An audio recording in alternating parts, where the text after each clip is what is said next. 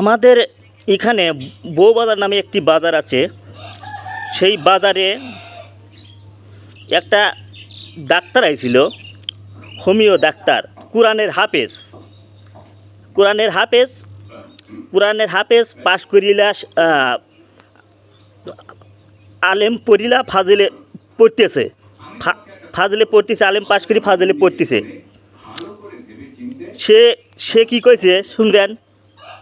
সে বলছে যে 18,000 কোরআন, 18,000 মাকলুকাত, এটা ভুল। 18,000 মাকলুকাত এটা ভুল। পানির মধ্যে তো 18,000-এর বেশি আছে। সে আবার কত করবে একুব।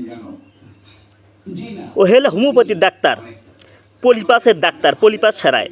তা আমি আর বললাম যে শোনেন, আমি একটা কথাই বললাম যে আপনাকে আমি চ্যালেঞ্জ করতেছি, আপনি যে বিষয়ে করতেছেন, হোমিও বিষয়ে চ্যালেঞ্জ করলাম যে আপনি যে বিষয়ে পলিপাস করতেছেন, এটির যে অ্যাসিড, কোন অ্যাসিড দিয়ে পুরায় শেষকালে কইতে পারলো না। বললাম যে আপনাকে আমি প্রাইভেট পড়াইতে পারি, চ্যালেঞ্জ করছিলাম এই বাজারে থিন। আবার একদিন দেখি যে ওই এলোপ্যাথি ওষুধ বেচতেছে। তা আমি দেখলাম কে রে, হোমিওপ্যাথি বেশি ওষুধ বেচেন, আবার এলোপ্যাথি বেচেন কে?